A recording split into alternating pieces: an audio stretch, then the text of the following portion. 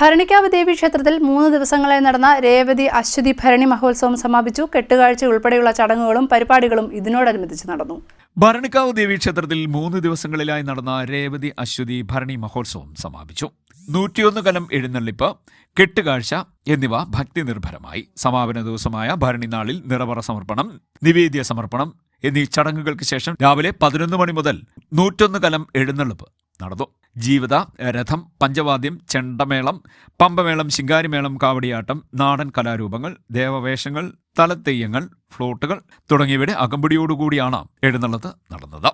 രാത്രി 7 മണിയോടെ കരകൾ ചുറ്റിയ ശേഷം വടക്കേ ആൽത്തറയിൽ കേന്ദ്രീകരിച്ച് വിവിധ വാദ്യമേളങ്ങളുടെ അകമ്പടിയോടെ കെട്ടുകാഴ്ചകൾ ഒന്നൊന്നായി കടന്നുവന്നു. ജീവിത എഴുന്നള്ളത്ത്, 101 കലം എഴുന്നള്ളത്ത് എന്നിവ ക്ഷേത്രത്തിലേക്ക് സ്വീകരിച്ചു.